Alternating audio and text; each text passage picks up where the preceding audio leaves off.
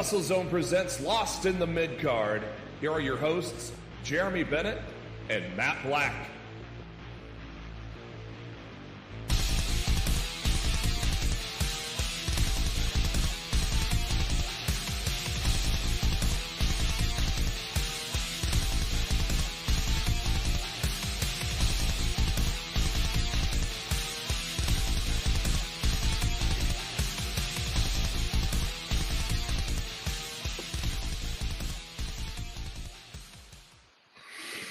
Ladies and gentlemen, welcome to the podcast where we know whose house it is right now. It is Lost in the Midcard. Welcome.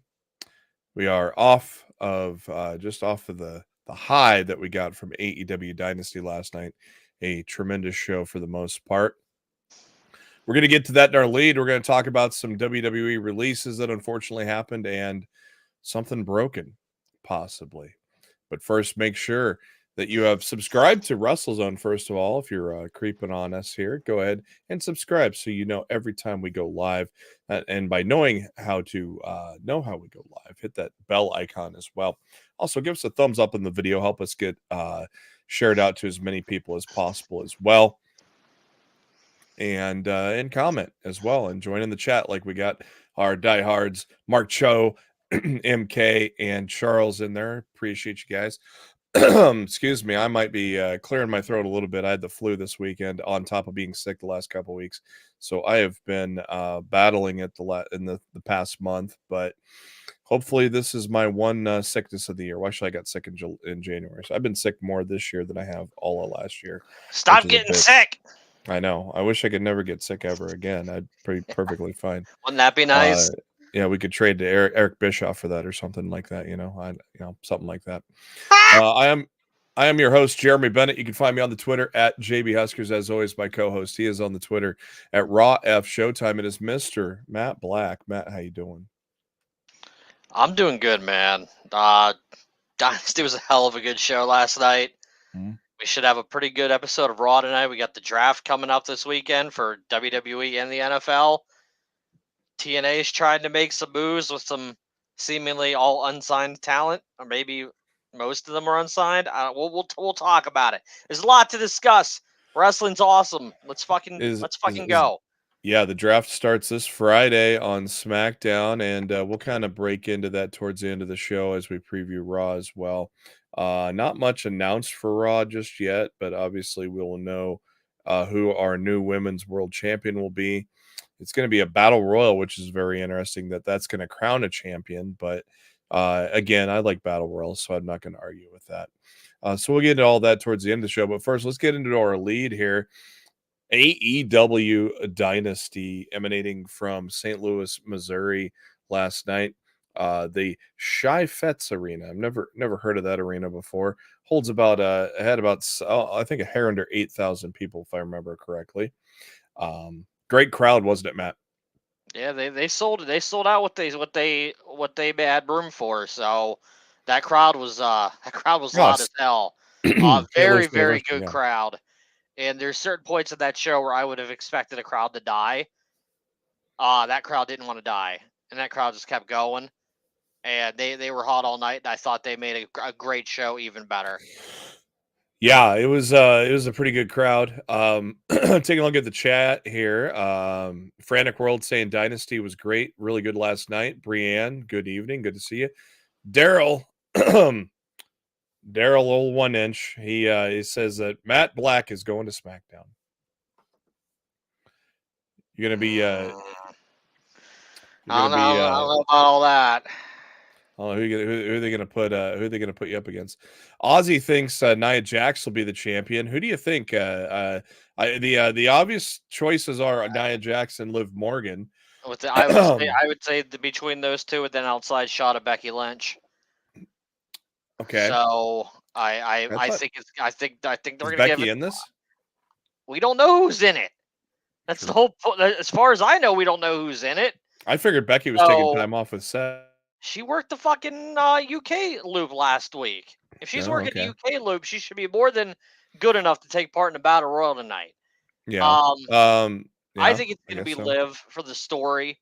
I mean, I guess it also depends on how long Rhea's going to be out. and how I long would they want assume.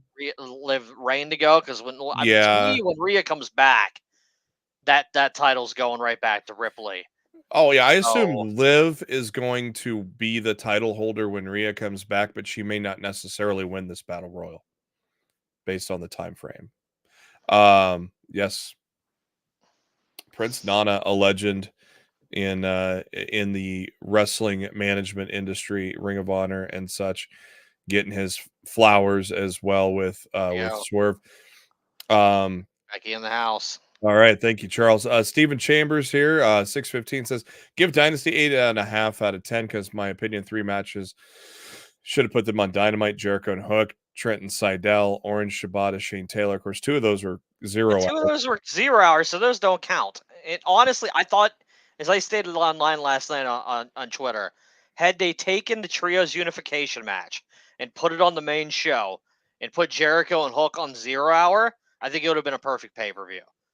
Yeah, and we'll get into Dynasty a bit. To me, Jericho and Hook was kind of the shit sandwich of Dynasty on Sunday, unfortunately. I thought it was for what it was, I thought it was a good match. It was a little longer than it needed to be, though. And boy, what are we going to do with Jericho as FTW champion now? That's another interesting thing. I still want to see Taz. I still want to see Taz lock in I still want to see Taz lock in a Taz mission, for crying out loud. Mark Joe, let's see Trish have one more big run. I know Trish has been teasing it. Be interesting to see if she shows up tonight. That would be very unexpected. Ozzy in the chat, the return of Jack Perry, that was a lot of people predicted that, and it was well done. And boy, that smile on his face was great. Safet, good. Thanks for joining us, man. He also says that Dynasty was a great pay-per-view. Daryl, cheers. Thank you. Let's see. What else do we got? Anything here? MK saying Xylee was on promotional material. Was that for the Battle Royal? Oops. Apparently. Oh, I did hear about that. I did not see the promotional material, but I've heard several people say that. So, but keep in mind, Battle Royal graphics like that are never final until everybody's already in the ring anyway. So true. Stephen Chambers, thanks everybody joining in the chat here tonight. Great chat already. Stephen Chambers, will we see Alexa Bliss making a return tonight? That's a very possible deal. I would assume she's close. I feel like you hold off Alexa for whatever they're going to do with Bo. I feel like she's going to be involved with that. So I don't bring her back now. I hold her off until they're ready to introduce the whole group at large. MK in the chat saying Hook to NXT confirmed. A lot of people were saying that after what happened to Hook last night. You would really probably not expect him to go to another company, but you never know. I just believe Hook's doing what every smart top talent in AEW or WWE should be doing. Going in with the mindset that you're going to allow your contract to expire, and you're going to play WWE and AEW against each other in a bidding war and try to get as much money for yourself as humanly possible. Yeah. To me, if you're a top guy or girl in AEW or WWE right now, and your contract is expiring soon, there's no way I'm signing a new deal until I talk to the opposite side and try to get as much money for myself as humanly possible. Yeah. Antoine says possibly Alexa showing up maybe helps Liv win or wins herself. Mick Brook, thanks for joining. Good to see you in the chat. Trish might go to SmackDown to help her husband Nick. No, that's Mickey James there, Ozzy. Mickey James is married to Nick Aldis. Charles, WWE has always been and probably always will be my go-to wrestling show to watch. AEW needs a streaming deal like now. Can't bring myself to pay for all their pay-per-views.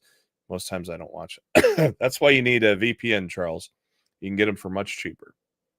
Yeah, and like I said, all that streaming stuff's going to come into the new media rights still that they get this year. Is that not till the fall though? It could be tomorrow. We don't know. To me, it's close. They're not going to finalize the deal with WBD until WBD is done with their negotiations with the NBA. Yeah, it's close. So let's just say that. When the NBA deal is done, then WBD and AEW are going to be able to nail out the final, specifics to get their new deal done. But the NBA is Warner Brothers Discovery's top priority. Yeah. And if they if Warner Brothers Discovery loses the NBA, AEW's deal is going to be even better because they waited to get it done. Because that means they're going to have WBD is going to have a whole bunch more money to screw around with because they don't have the rights to the NBA anymore. They sure as hell don't want to lose. Can't roll it out either. Yeah, they sure as hell don't want to lose Chuck Shack, Kenny, and Ernie. Man, it's one of the best sports shows on TV. Well, I would imagine I would imagine whatever channel or network did that would attempt to just buy that show, and I'd assume those people outright as well. So yeah. 0 Hour. We start off with Trent Beretta, evil Trent Beretta. Now, what do you think of the heel turn of Trent Beretta so far? I think it's fine. I think it's fine. I don't have an issue with it. They're gonna go to the next chapter on Wednesday. He's demanded the answer from Chuck Taylor by Wednesday, and I'm assuming Chuck's gonna go with Trent because I don't know what Chuck does without Trent. No offense to Chuck, but like they're kind of a package deal as far as I'm concerned. So I feel like Chuck will end up siding with Trent, and we need a heel from there. We need a heel Sue as well, flipping off the crowd all the time, man. That'd be great. I want to see heel Sue. Orange Cassidy teamed up with Shibata to take on Shane Taylor Promotions. The good guys get the win there. And then the 6-man unification. I did not realize this until either day of or maybe when I was watching Collision. They've unified the 6-man title, so there no longer is going to be AEW or ROH. I wonder how they're going to play that as it goes along. If they're even going to show up on ROH anymore, or just say we're just going to have 6-man on AEW. Yeah, I think they're done. I think this has unified them into the AEW trios titles, and I don't believe the Ring of Honor 6-man tag titles exist anymore, which honestly is good because the size of Ring of Honor's roster, they don't need trios titles or 6-man tag titles or whatever you want to call them. They can barely even run a functioning men's tag team division in Ring of Honor right now, let alone a 6-man. So this was a good call. Just get rid of the 6-man tag titles. I'm so happy that Bullet Club Gold won this because I thought they were for sure going to lose after the Guns won on Collision. I was like, oh God, here we go. Yeah. So nice swerve on their part to do it that way. Was very happy about that, and hopefully White and the Ass Boys can reignite some kind of spark in that trios division in AEW because that division needs a lot of help right now. They used to have a ton of trios, and now they don't have a whole lot of any. So fingers crossed that we're gonna get a reinvigorated trios division in AEW out of Jay White and them at the top of the pyramid right now. Definitely, and you got a good team leading it with Jay White always being provocative and the Ass Boys being the Ass Boys. And it's weird, the Acclaim have kind of grown stale, and the Bullet Club Gold's getting bigger pops than the Acclaimed, which is very odd. I thought for a while during this thing it was going to be a double turn. Not quite yet, the way they kind of have been acting, but at the same time, it hasn't stopped. Bullet Club Gold from getting cheered. MK in the chat with a good point. Top Flight in Action and Andretti definitely deserve a chance. They have been working very well together. Of course, they had a good match on either Rampage or Collision right before Dynasty when they took on Edge and Eddie and Mark. You've got them. You got House of Black. You've got the Elite, but they all hold gold right now. I mean, there's viable options. Hopefully, Ray Phoenix can be back soon because a death triangle. Is he hurt or is it Visa? Would be the latest AEW commentary mentioned that he was hurt. I thought it was a Visa thing, but maybe it's both. I don't know. But I think a death triangle reunion could be very beneficial to all three of those guys right now, and I'd love to see Bullet Club Gold versus Death Triangle. I think we would be able to get some really good shit out of that.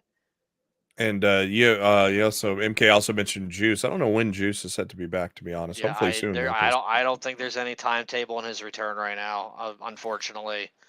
The show kicks off with the Continental title, Kazuchika Okada and Pac, and holy cow, what a great way to start this baby off.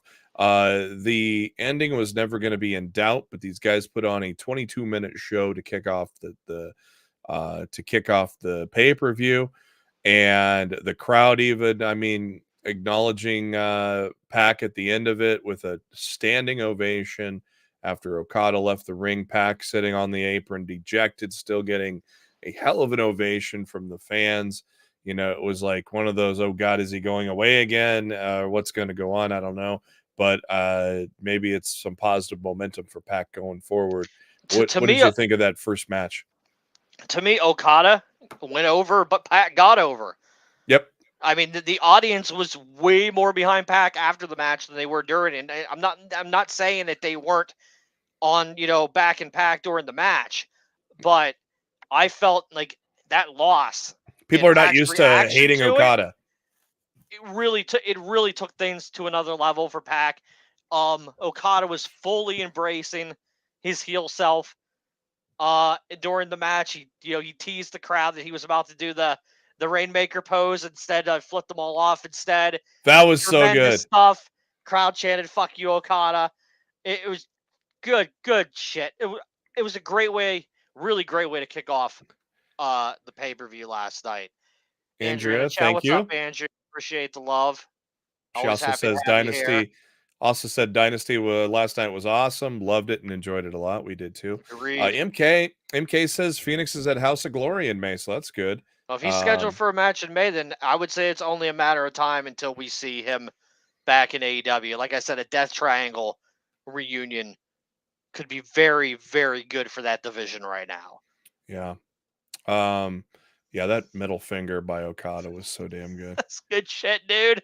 Man, it's just people are not trained. They're still under the new car smell of Okada actually being a United States wrestler full time now. They can't boom yet, and by again putting him with the Bucks was such a brilliant idea. I didn't see it coming. I should have, but I didn't see it coming. I'm gonna be honest with you there. The very next match was the grudge match, trios. Hey, we're talking trios, but this is more of a grudge match than for any title. House of Black taking on Adam Copeland, Mark Briscoe, and Eddie Kingston. A trio that you probably would not believe that they would work well together, but obviously a big respect between Briscoe and Kingston, even though Kingston lost the title to Briscoe at the last pay-per-view. Copeland kind of being the veteran that knows these two. It's basically a group of veterans that respect each other, and it turned into what I believe was a pretty good storyline going into it. I was pretty excited, and my hope for this was the fact that Malachi Black would pin Adam Copeland so we could get some singles gold, and we are well on the way to that for Double or Nothing next month.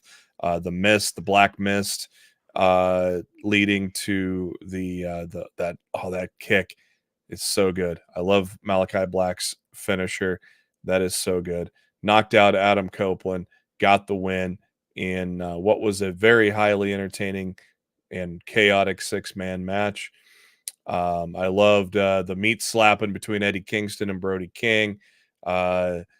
This match kind of had a lot of great stuff that you see in 6-man wrestling. So maybe 6-man is not on life support. But what were your thoughts on this match here, Matt?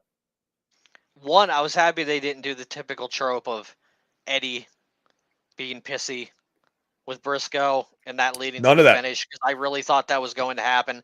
I was happy to see they didn't do that. Yeah. And the finish was exactly what it needed to be. It needed to be Malachi Black getting the pin on Copeland. Yep. Because that's the next big program. And he needs to take the title, in my opinion. The only way I'd say he should be taking the title is if they are fully prepared to start making this guy work singles matches again. Because he hasn't worked a bunch of singles matches in a long time. Because he's hurt? I don't know. I don't really know Protecting the him, full or story about it. But all I know, if Black's not willing to work a bunch of singles matches, then you can't put the title on him. You just can't. So to me, you do a bunch of cope opens between now and Double or Nothing. Yep. And then you do the match there. If and about and almost after every if match, Black is willing to Malachi work shows up. if Black's willing to work more singles matches, I'd say pull the trigger on the title change. But Yeah. if not, then like let the cope open roll on, man. Shortest match of the night, probably due to injury, but even then, Injury, nobody was really 100% talking about it. due to injury. Yeah. Willow Nightingale basically squashing Julian Hart. 6-minute match was all it was. Great moment. It was with Willow. honestly, it was longer than I expected it to be. Yeah. Great moment. Willow's family at ringside celebrating with her, and then and then of course soaking up the spotlight. CEO Mercedes Moné comes out. Obviously, a built-in feud with what was nearly a career-ending ankle injury that during the match with Willow in New Japan.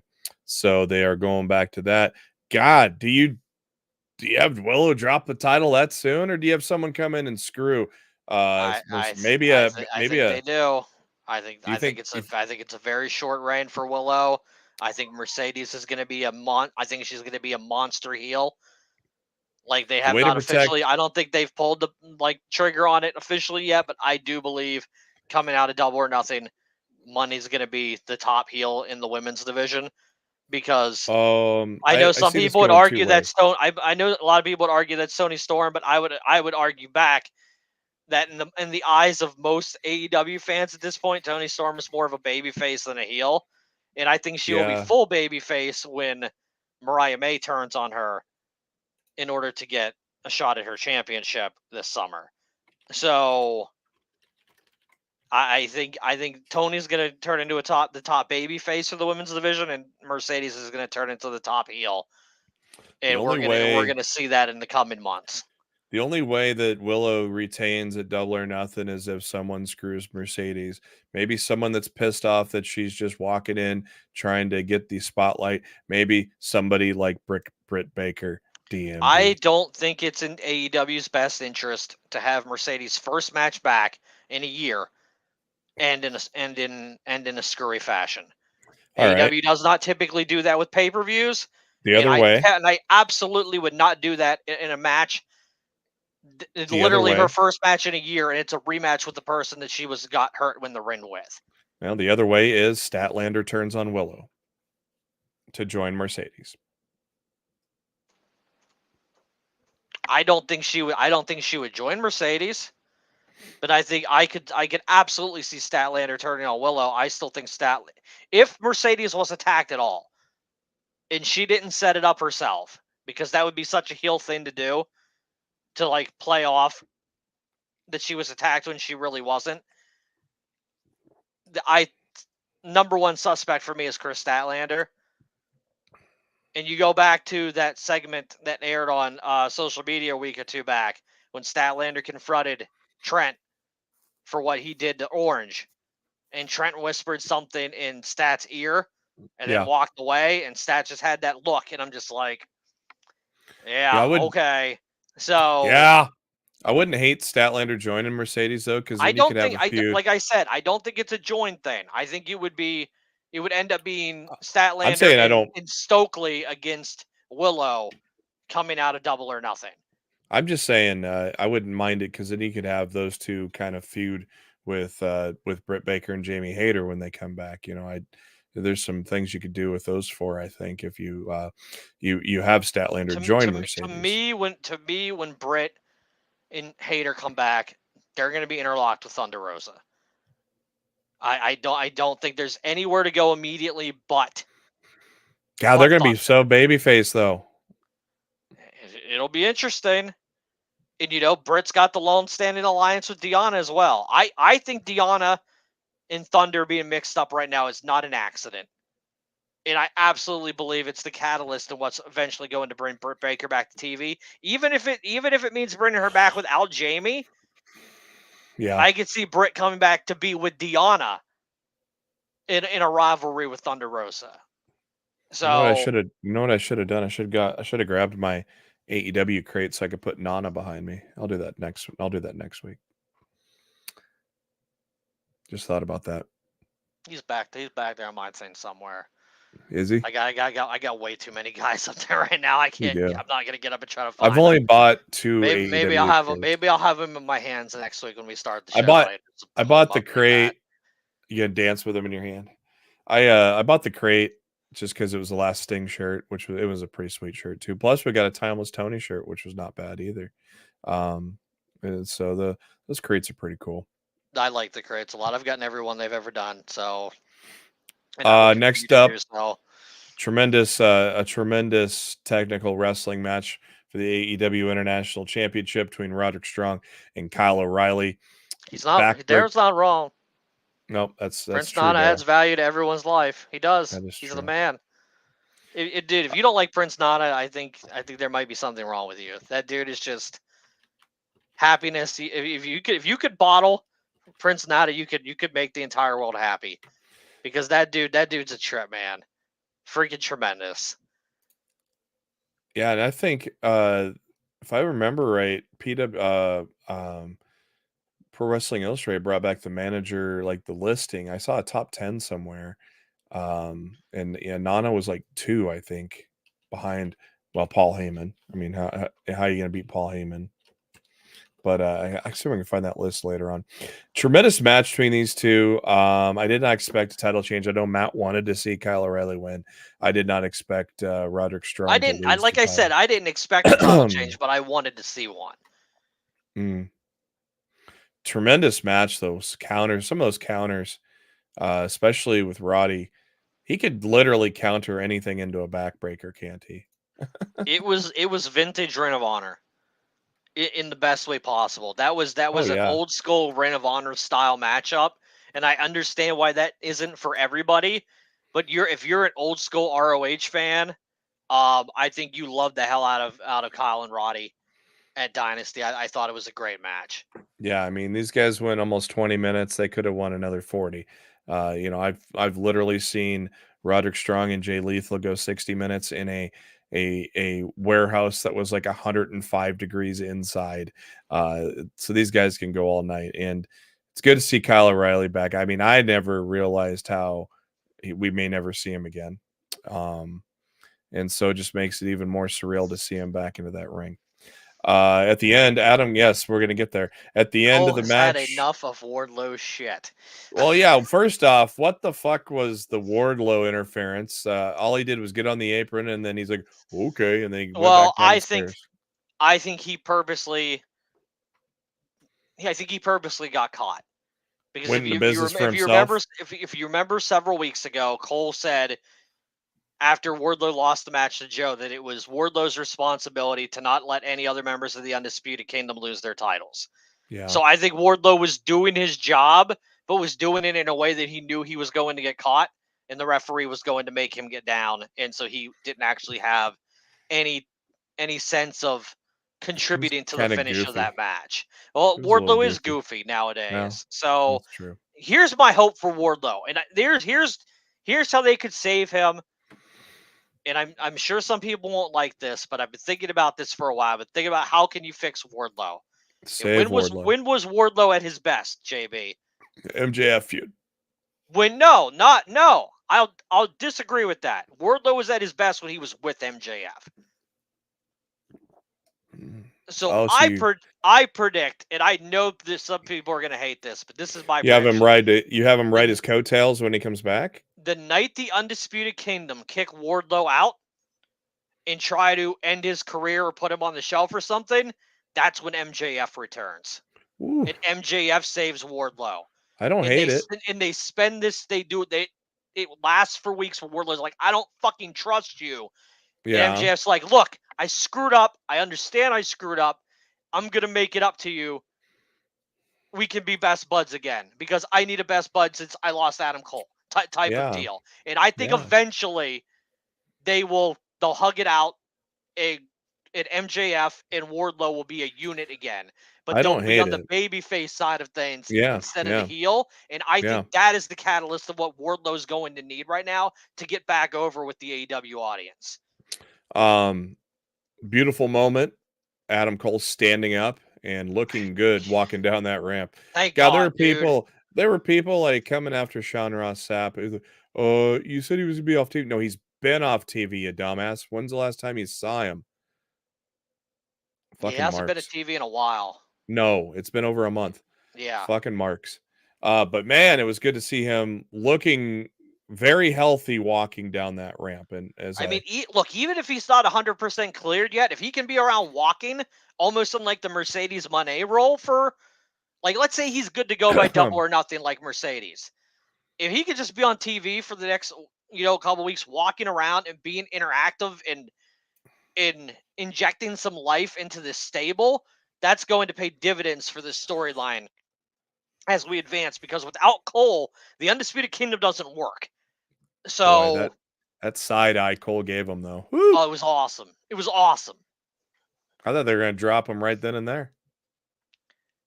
I think if Cole was 100% cleared, they might have. I don't know if he's Yeah. 100% cleared yet. And that's if I would have been at the media scrum, following the show, that would have been my question for Tony Khan. Yeah. I would have asked Perfect. about Adam Cole's status, and unfortunately, nobody did.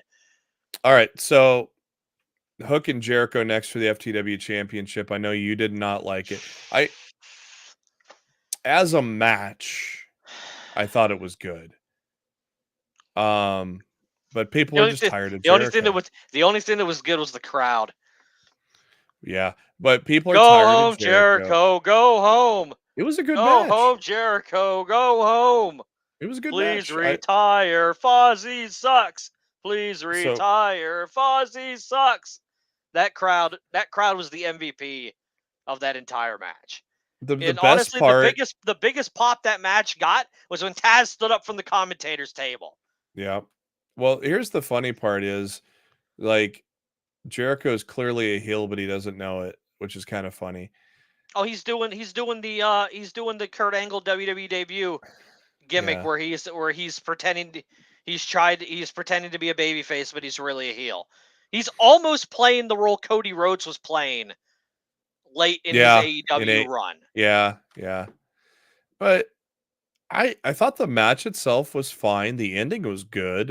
Hook kicking out of 2 Judas effects, and then got jacked with that baseball bat. I think the match would have been a lot more manageable, like Frantic World said. 10. It was way too long. Yeah. I think it was like 16 or 17 minutes. Cut that match down to 10, and I think it would have been a whole lot more manageable. So I just really hope this ends in an open challenge for the FTW Championship, and then say Rob Van Dam comes out and Taz then just fucking comes in and nuts Jericho and says, I'm answering it, and puts him in the Taz mission to retire the title. I don't see that happening. I just love to see that. He just nuts Jericho. Unfortunately, the one thing we can take away from that match is that the Hook and Jericho feud is not over. As much as we all want it to be, this feud between Hook and Jericho is not over. It's like Randy Orton and Triple H, or is it maybe I'm thinking Randy Orton and John Cena. One of those that went way too long. A lot of Jericho feuds though go way too long too, by design probably from Jericho. I don't know. Jericho needs a reboot of some sort, man. He needs a Y2J. He needs to be moment. off TV. Yeah. That's the only to me that's the only thing that can help him right now is if he takes some time off from TV. To me, I would write him off at Double or Nothing, and I wouldn't see him again until All Out. Like I wouldn't even have him at All In London. I would have him at All Out in Chicago the following week. Give him the summer off. Give people a chance to miss him in his presence, because I think that helped. I don't think this was by design, but I think Moxley being off from Revolution to last Wednesday's Dynamite helped people miss Jon Moxley on AEW programming. Mm. And I think if Jericho went and took a few months off TV, and then they brought him back, I think that would help him a long way in the eyes of the audience right now. He's I had think many people great. just need a Jericho break. He's had many great returns in WWE when he's had a big hiatus too. Obviously, the Y2J was the very first time that ever happened, and so then there was the John Bon Jovi era that he had the short hair. He looked just like John Bon Jovi. Women's Championship. Excuse me. Toni Storm taking on Thunder Rosa. Thunder Rosa losing the mask to show no face paint. That was pretty interesting. Little tactic took Toni Storm about. I thought it was a pretty good match here. Just wondering, is Mariah going to be the one to take the title off Toni, or what? I believe it will be. Yeah, think it will be. Yeah, I believe Mariah will be the one to take the title from her, which should be a pretty good story. She looked like she gave Toni a little stink eye on the entrance there. I don't know if it was on purpose, but they've been teasing shit for a while. Yeah. Boy, but yeah, that was a pretty damn good match there. I kind of like Thunder Rosa without the face paint there. That was kind of a nice little surprise, a nice little psychological advantage on Toni, but it didn't last. And then, boy, hold on to your asses for probably the match of the year. I wonder how many stars Meltzer's going to give it, because he's already said he thinks it's the best match ever to take place on U.S. soil. I got some people that disagree with me when I said that he's not wrong. There's some people that disagree. I don't know if he's wrong. I know. I don't know. It's something I got to think about. Honestly, you have to let it stew for a bit. You have to think about it for a few weeks. Then you got to watch. You got to watch him. I don't say this often about Meltzer, but he might not be wrong here. I mean, you always look at it and say, all right, you compare it to probably my number one match of all time is Undertaker and Shawn Michaels at WrestleMania 25. You got to look and compare it to that. Then you got to compare it to some Omega and Okadas in Japan. But now, I mean, if his quote was U.S. soil, so we stick to just U.S. soil. You got Undertaker, Shawn, and a few other AEW matches possibly. But yeah, I this is going to be up there once it's all said and done. And when we knew this was coming, we immediately circled it because we knew of how great it was going to be. And boy, it was. A lot of people thought Bryan was hurt. There is no way in hell Bryce Remsburg would have allowed Ospreay to hit the hidden blade if he was legitimately hurt. And it was the safest Tiger Driver variation they showed it in that slow-mo. Ospreay has ever hit. Easily the safest looking one he's ever executed. Bryan is not hurt, but at the same token, I really wish Bryan would stop doing these type of seizure cells. Oh yeah, the noises that were coming out of him. Based on his injury history, I don't like it. It makes me very uncomfortable, and a lot of people buy into it and believe it. I wish he would stop. Like you can sell an injury without doing the seizure shit, and acting like your neck's been broken or stuff like that. Bryan needs to tone it. I would love for Bryan to tone it down on stuff like that. I really, really do. But yeah, if he was legitimately hurt, Remsburg would not have had his back to the action talking to the doctor. He would have stopped Ospreay from doing the hidden blade. Simple as that. So you guys can put your conspiracy theories aside. It was 100% the planned finish. Exactly how it went down. Jesus Christ. Whew. Can't wait to watch that again, baby. There was there also, I think, was this at the Scrum? Tony was talking about media library as well. So I mean, there you go. Once that's available, he basically said he said in terms of AEW streaming by next year, he said at the bare minimum there will be the library will be the entire AEW library will be available to be streamed as a part of this new media rights deal. So, man, what a match. We knew it was going to be good, and then you got to follow that with the tag team ladder match, and they followed it. That ladder match was awesome. I don't think there's another match that could have followed Danielson in Ospreay other than this one. And honestly, if you wanted to give people a break, you could have put Hook and Jericho in that spot and just let the crowd chill. But if you literally just wanted to continue to ramp up the show, no match could have followed Ospreay and Danielson more than the Young Bucks and FTR did. That ladder match fucking ruled, dude. Boy, man, if FTR is back wrestling again in the next week or two, props to them because they got the shit beat out from Dax getting split wide open. That ladder no selling on a pile driver. Cash going head first in a table to the outside. Matt smacking the back of his skull on the barricade when he went ass first to the table. So, dude, we could sit here and talk about the spots all day. We only have 8 more minutes in the show because Raw's about to start. But my God, this match was awesome.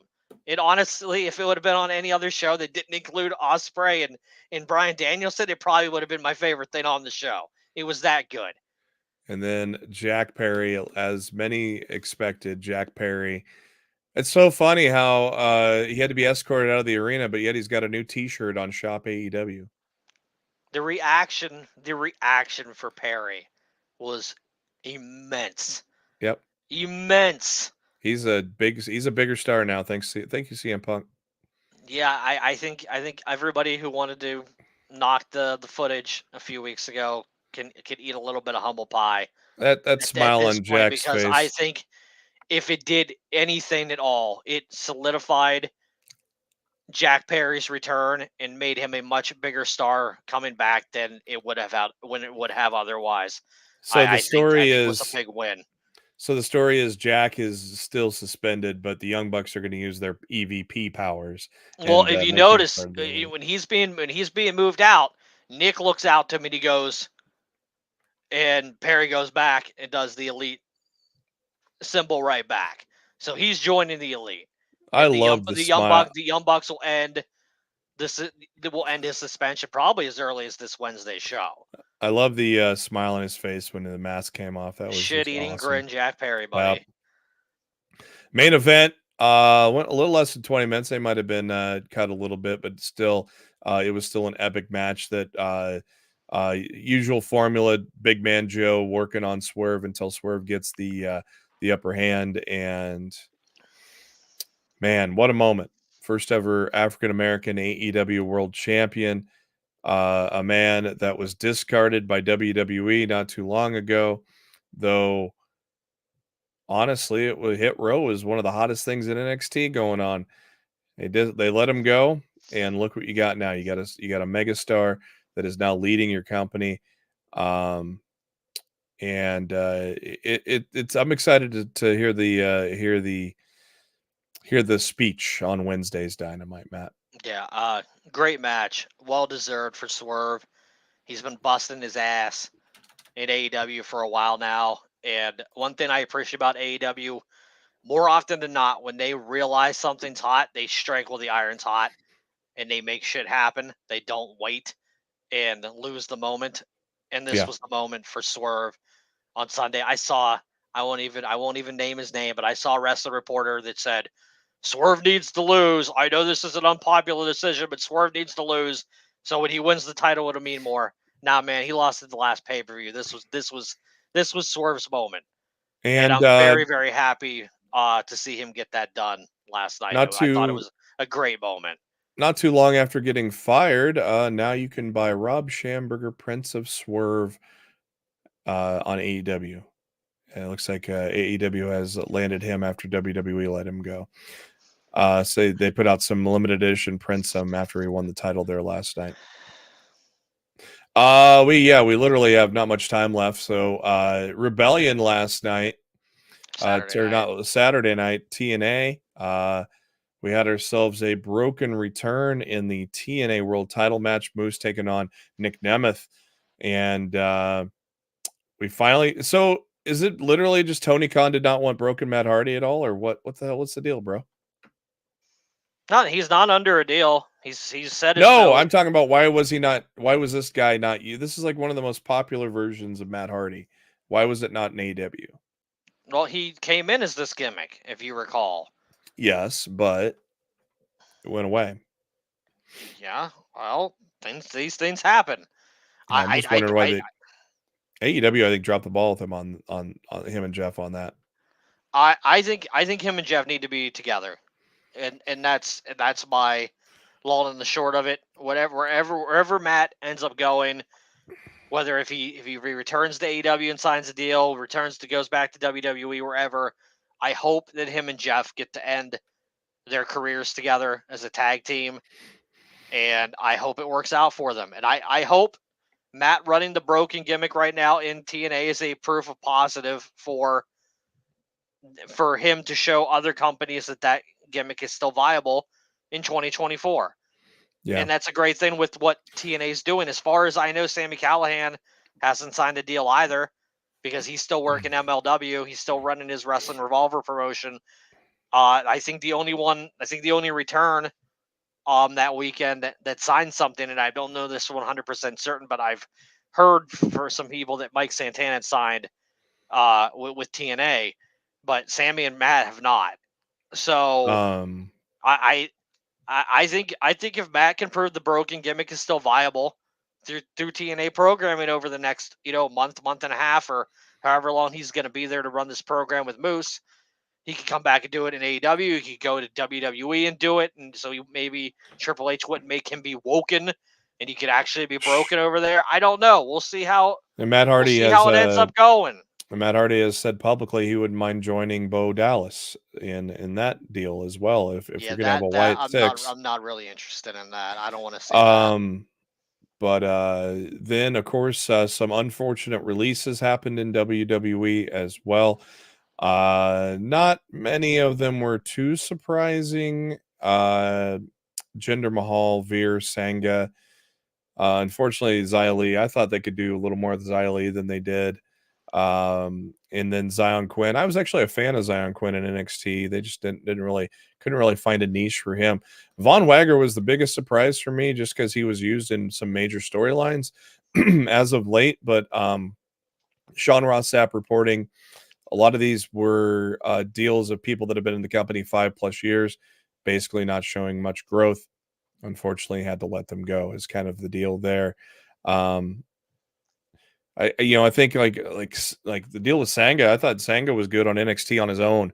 I think as soon as they put him with Jinder and Veer, he turned into generic Maharaja, whatever, he was good on his own. He was kind of like a friendly figure in NXT. I thought that was, they were kind of doing some good things with Sangha. Then they put him with Indus-Sher, and it just kind of went back to bland again. If I'm AEW, TNA, or ever, I'm signing Veer. To me, that's the only release that I'd be going after, because I think if you play off Veer's history as the man with the $1 million arm, yeah, and the man had a fucking Disney movie made after his his MLB career. Yeah. So to me, you bring him in and you repackage him in a different way. I could see Impact going after Xia Li for TNA, AEW, whoever would want to pick him up. I really do. Yeah, I could see Impact going after Xia Li. That wouldn't surprise me at all. I do not want to see this, MK. Well, it is almost a minute till Raw. Raw this week, Gunther returns. Ricochet and Andrade take on the Judgment Day.